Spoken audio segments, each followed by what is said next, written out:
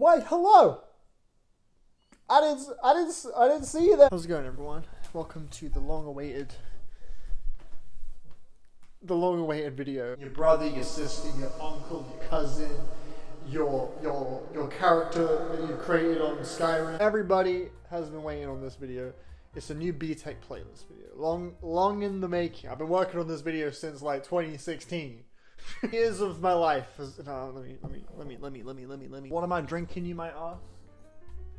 Only the finest of Lucozade Originals.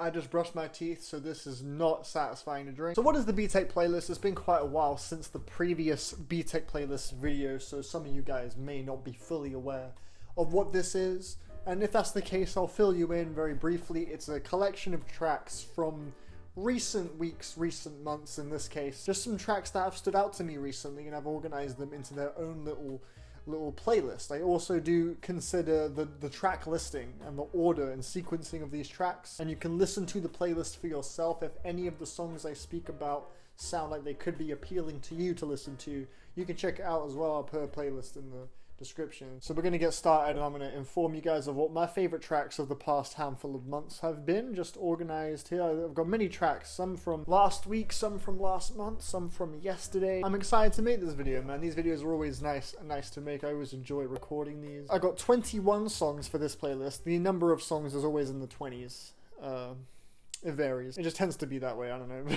So let's stop, chatting shit. And let's just begin the video. Track 1 on this playlist is Sayonara Wild Heart by Daniel Olson and Jonathan Eng. I like to have the intro feel like an intro, like, have it feel welcoming, and that's exactly how this song feels. This is a track from a video game that also doubles as an album. It's referred to as a pop album video game by the developers Simogo. You can buy the game on your phone, on PS4, Switch, PC. If you have a platform, I strongly recommend playing the game along with the album. It is an absolute blast. I own the game on Switch. It put me onto this project, and you can hear the music from the game on Spotify as well.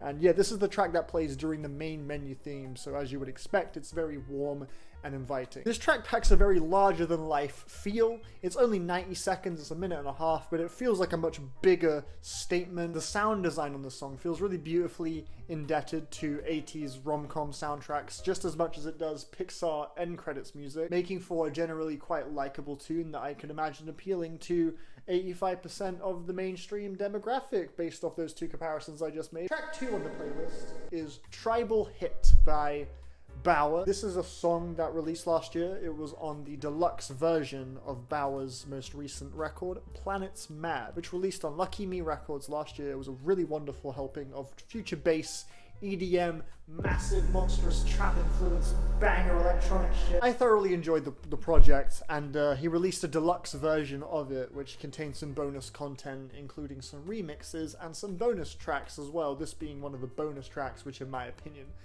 is extremely worthy of being on the core version. If it was me, I would have put this shit as the lead single. I think it would have been very worthy of making the cut. The tempo of this song feels a bit quicker, more infectious than a lot of the other tracks on the project. It actually at one point features some really beautiful D&B influenced synth chords that sound pretty dope as it enters the second phase of the track. The sound palette here is just something a little different from the other cuts on Planets Mad. You could say, like, on a lot of the tracks on the record, like on that album, the sound palette is similar on a handful of the songs, but on this one, I feel like this is existing in that same lane, but it feels separate. It feels distinct. It feels fresh. I think it would have made for some variety on the project if it did make the cut. Maybe the song was made after the album came out, I don't really know, but either way, it's another beautiful blip of versatility. Another track to add to Bauer's arsenal, proving that he's a pretty capable producer with plenty of range. The next track on this is my favorite song of 2021 so far. That would be Narrator by the band Squid, featuring Martha Skye Murphy. Squid's latest album is set to be released in May this year. It's called Bright Green Field. It's on Warp Records, a record label typically and historically an electronic focused label, but they've been signing some wild names over the past couple of years, including this band Squid, who I initially didn't think much of, but I'm really digging this track like a lot, like seriously a lot, like to the point where I'll be pretty amazed if a track this year actually is better than this song. I feel like this might be my song of the year. I know we're only in like April, but man, this track is kind of unbelievably good. I get like an increasingly more powerful internal response to this track every time I hear it, you know? It doesn't ever dwindle down, or I don't ever grow off of it. It just gets better every listen. I'm not exactly sure what the lyrics are trying to say or suggest.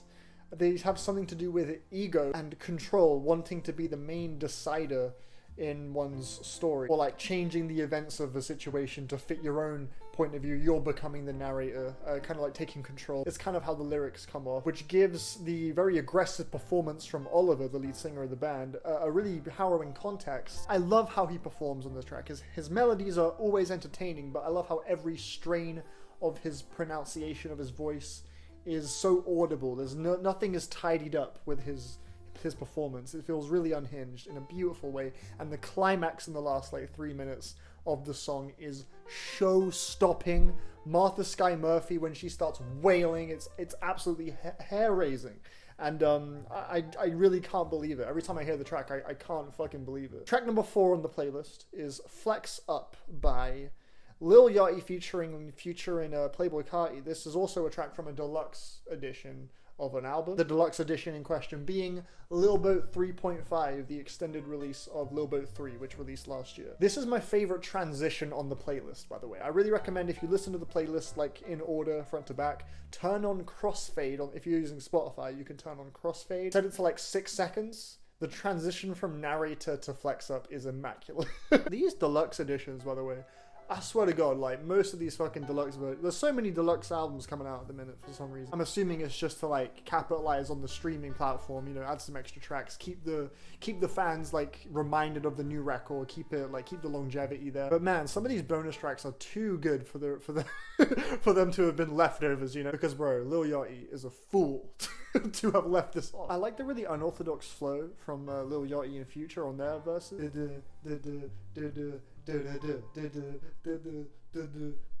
I like how that seeps its way into the chorus of the track too, and then there's Carti, which he is pretty electrifying during the very brief verse he delivers. Future sounds really just like in such a focused zone. He sounds incredibly focused. Same as Yachty, actually. There's not really a single element of the track that doesn't work.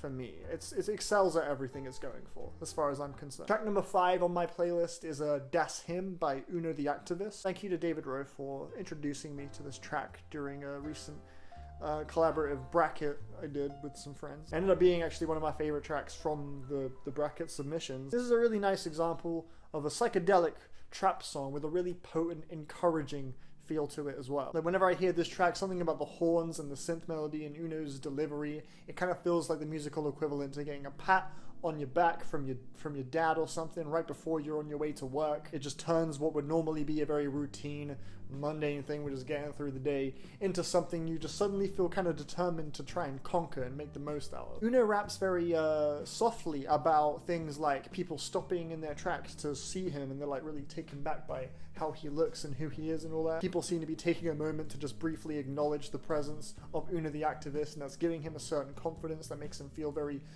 able to just take over the world, and it's all extremely contagious. Everything about the song is really contagious to me. His voice, I like how it's subtle, but it's cocky and really full of glee. It's hard not to feel the same way when I hear the track. Number 6 is Voodoo Love by Geotheory. Geotheory, it's taken me a while to get around to this guy and his music. I'm very glad I did. I came across him when I was binging Sam Gellatry interviews. He has not got very many. On YouTube, at least, he doesn't. And he recommended this guy. He was like, yeah, this dude is...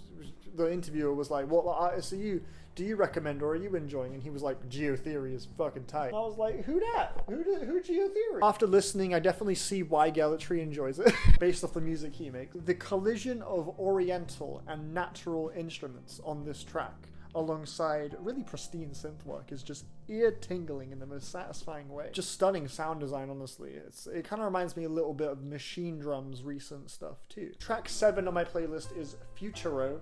Yusu's Yellow River Blue is a release from this year that I've been listening to quite a lot, and it's shaping up to be one of the bigger growers of the year so far. Again, we're very early in the year, but you know, every time I give it a spin, I just find myself enamored with one new thing I didn't really acknowledge on my previous listen. It's just kind of warming up to me. I'm just wanting to hear it the more I do hear it, if that makes sense. So I've been replaying it quite a bit, actually, and it's wonderful. And the most recent example of a song kind of suddenly pricking my ears up would have been this one. It consists mostly of just kind of rugged percussion. It has an appropriately very tribal flavor. There's something sinister to it. Pendulum swinging slowly to gentle move. It's sinister, sure, but it also has something exciting about it. It kind of sounds like the musical soundtrack to like a group of rats all collaborating on some sick fucking heist against like humans, but the humans are never even aware of it. The rats are just doing some evil shit, and this track is just like the sound. Track number 8 on my playlist is Climbing the Corporate Ladder by Enmesh. The primary drum loop on this track is extremely seductive. I love how it toys with weird little effects like phases, ring shifters, echo plugins, and shit like that. It just dips in and out, which makes it feel like it's just always moving. It's like I'm just in some weird lucid dream, and every time it swaps in one effect for another, I'm just deepening myself further into this lucid dream, and I'm just exploring it. It's definitely one of the more ethereal cuts of this playlist. Track number 9 is Telephone Calls by A$AP Rocky, Tyler Creator, Playboy Carti, Young Gleesh as well. Can't forget Mr. Gleesh. This is a song I've always enjoyed since its release, but I don't think I really appreciate it as much as I do. I don't think I ever really appreciated what this song gave me. Because we have a very brief appearance from a really young and eager and excitable Playboy Carti on this track, for one. We have one of Tyler's most exaggerated and electrifying guest verses. Fucking goes crazy. His verse is fantastic. Rocky's flow is fantastic as usual. And the beat features a sample of what sounds like 2 achievement unlocked sound effects just cycling back and forth. I could hear it loop forever. It's really, really hypnotizing. Track number 10 is Waves by Jay Dilla from the record Donuts, a classic. I'm sure you're familiar with it if you're all into instrumental hip-hop, experimental abstract beat music, Plunderphonics music. Donuts is of course a seminal record, and it's an album that I recently noticed I'd actually given very little time to across my life, and I don't really know the individual tracks that well, so I've been trying to fix that and get a bit more acquainted with Donuts, and it's been a really rewarding journey. It's a lovely album, and this track I think is a testament to just how strange some of his beats are. Like, this is such a weird sample. Like, this is so abstract compared to a lot of the other tracks on the record, and I really love how he twists this vocal sample. It's really bizarre. It feels like he took the sample, threw it in a microwave, turned it up to the max, and just put it in there for 3 hours, and it came out the way it is. It just sounds all warped and, fucked up. And I love how despite that, it doesn't feel unnatural. Everything sounds natural on this track. Even if every sample this track consists of feels like it's individually maybe from an entirely different universe from everything else, like Dilla was the key necessary to making it all collide so perfectly. It's such a harmonious collision of ideas. Number 11 is House of Jade by Wayne Shorter from the album Juju, a record that released in 1964, very much the oldest track on my playlist here. I got quite deep into some jazz music earlier this year. I love how the open hi-hats on this track, they just whisper along on top of everything else and just make the mix perfect. I feel like it gives everything else in the track a certain balance that was necessary to make it feel as vibrant. The piano on the track too, the way that kind of carries the tone of the song really elegantly. It's beautiful, man. I love the way everyone's performing on this track. It is such a smooth and evocative song that makes me want to sip some of this Lucozade original right now. Yeah. Man, it takes a minute for toothpaste to just wear off. Track number 12 is Have a Short Rest by Persona 5 Atlas. I don't know. So yeah, speaking of wonderful jazz music, the Persona 5 soundtrack is now on streaming. Isn't that great? Which means I can put Persona 5 songs on BTEC playlists. So you're damn right I'm gonna take advantage of that. I'll try to avoid talking too much about Persona 5 and focus more on just the song and how it feels to listen to.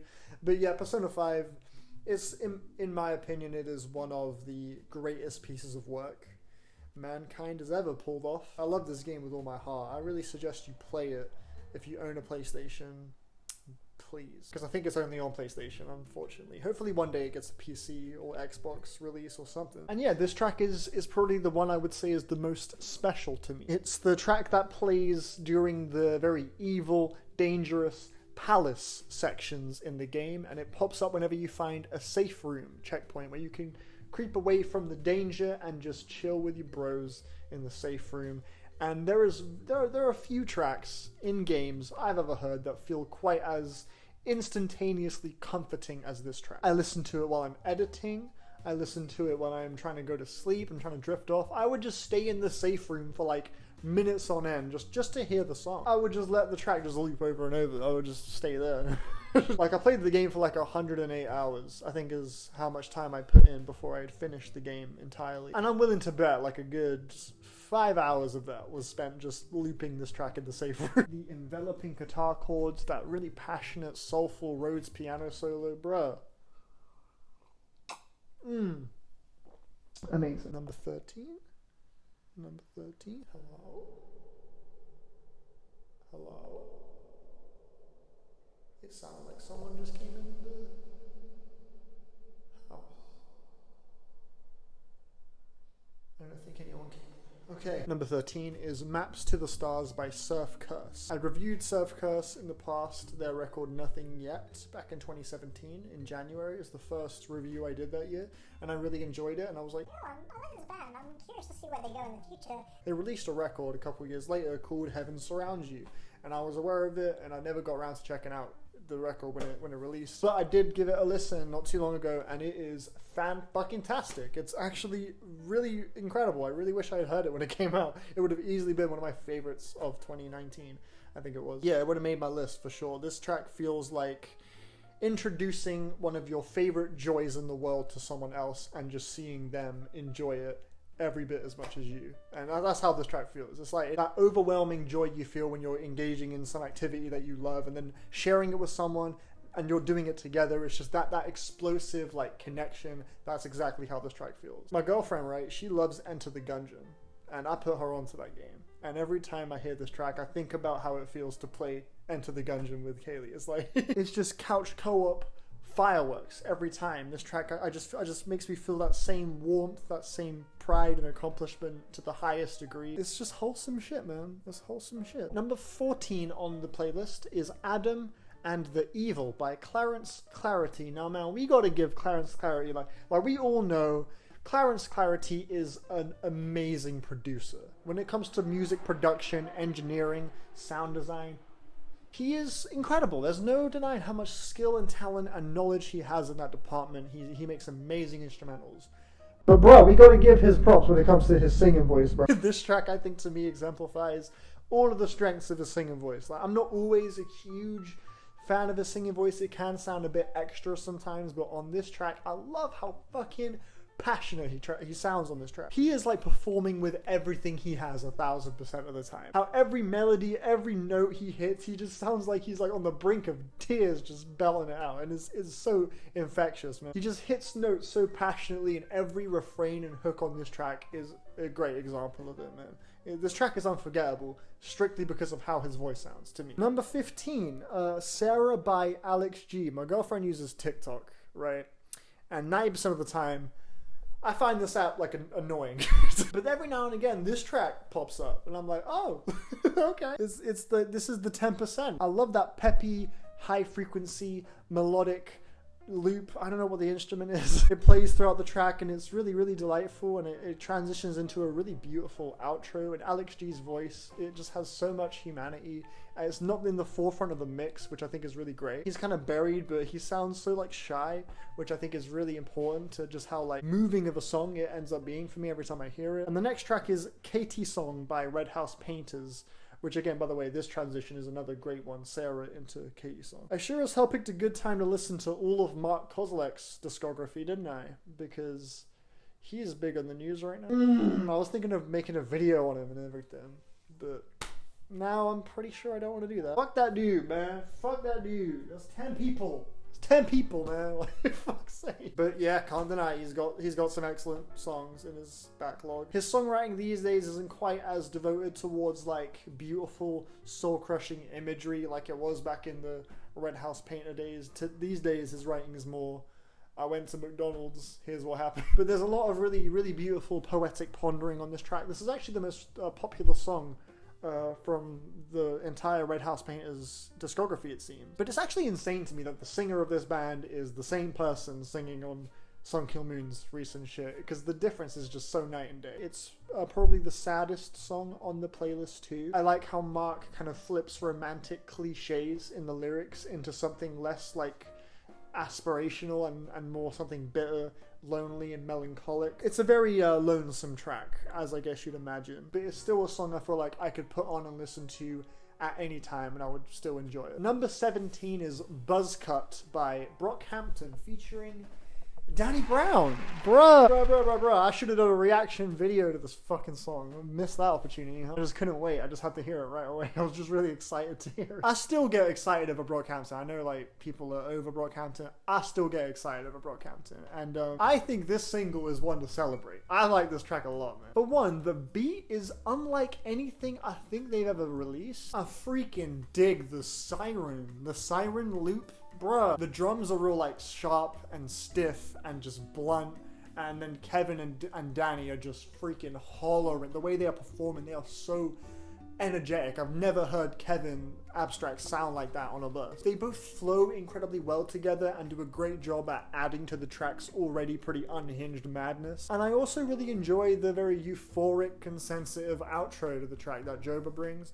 I think that worked really well, honestly. I dig how brief the track is too. As cool as it would have been to have the track go on for another couple minutes and have all the other members, Dom and Merlin and you know, everyone else, Matt Champion, have them all come in with their own verses and they're all going crazy on this wild, super hard beat. As exciting as that may have been, I actually do like that this doesn't really overstay its welcome. It kind of gives you more of a glimpse of a series of different things. I think that makes it replayable. I think it makes it work quite well as a standalone single previewing the record they're going to be releasing. And I also think the siren loop, as much as I like it, if it went on for 2-3 more verses, I feel like it would have had the potential to get a little bit grating for a lot of people. I think it's an exciting single. I'm pretty pumped to hear Roadrunner when it comes out soon. I'll definitely do a reaction of that. Number 18 is Doe and Damani by Conway the Machine. I've been getting into Griselda a little bit recently. I've noticed there's quite a few Griselda records I've never checked out that have come out over the past few years. They're very prolific,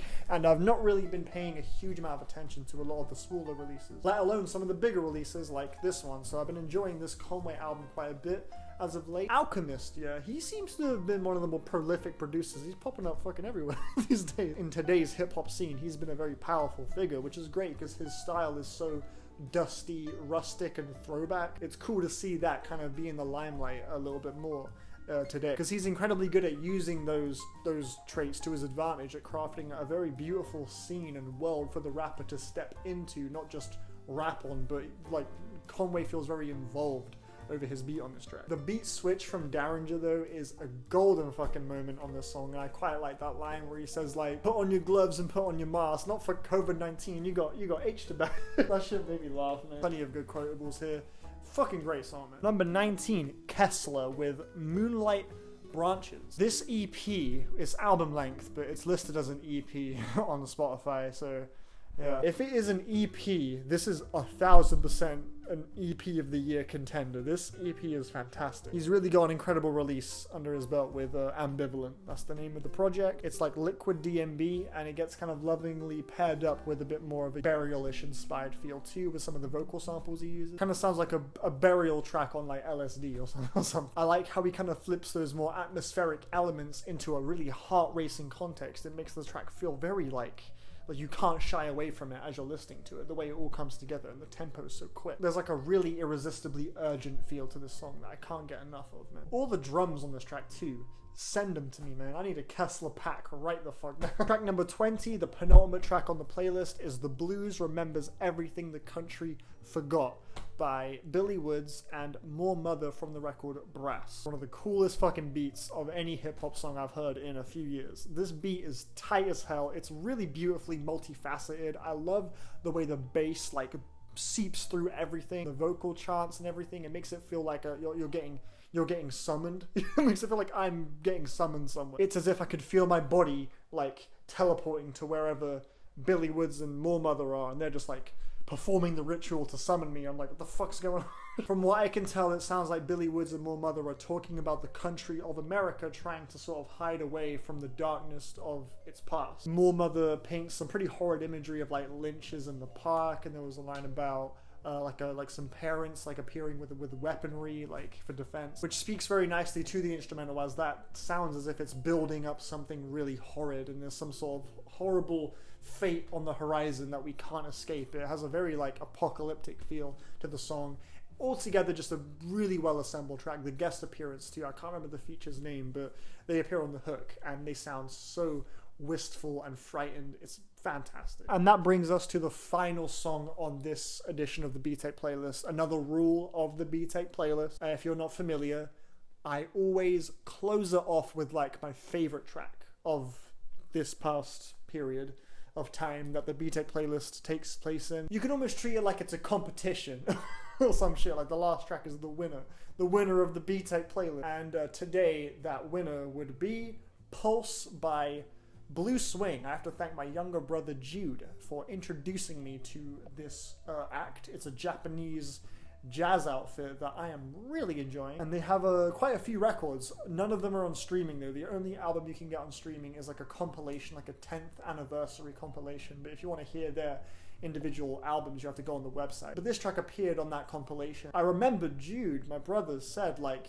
yeah, it's a really good project, but Pulse, watch out for Pulse. That song is one of my favorite songs. And I was like, alright, cool. I was like, let me just listen to it, I'll see what sticks out. And then Pulse came on in the track list. I'm like, okay, this was the one that Jude said he really liked. Yo, Jude. I can't even lie, this is one of the most successfully uplifting tracks I have heard in a really long time, and I would encourage anyone to hear it. There are songs on that project that had a bit of like a synth poppy, electro pop flavor, as well as a new jazz flavor. This track is more on that new jazz side of things, but it still does have a very pop-like structure to it. A verse, chorus, kind of bob and weave happens throughout the song. The guitar plucks sound immaculate. The mixing here is ridiculous. Every single instrument in this track shines so brightly and so vividly, as if it's speaking directly to me, encouraging me to just live in the moment and just make the most of right now. And it just gives me such a huge friggin' smile every time I give it a listen. It's 6 minutes long and I could hear it for 20 minutes. That's my BTEC playlist for today. Thank you all so much for watching. Got plenty of cool videos on the horizon. I know I'm teasing the pre-show like crazy. It's getting kind of out of hand how much I'm teasing the pre-show. Thank you all so much for your patience and sticking by me. I've got some really neat ideas, some neat videos that I'm sure you guys are going to enjoy coming in the coming weeks and the coming months. It will come out when it comes out. But yeah, primarily I just want to say thank you again for sticking around. Sorry for the break. We're here. I'm settled in my new house right now. Consistent uploads, you can expect them to become a bit more regular. And I'll see you on the next video. Have a wonderful day, a wonderful week, a wonderful evening, morning, month, whatever time frame you want to apply this to, bro. Make it a good one, fam. Wishing you the best, all of you watching this, and I'll see you very, very soon. Bye!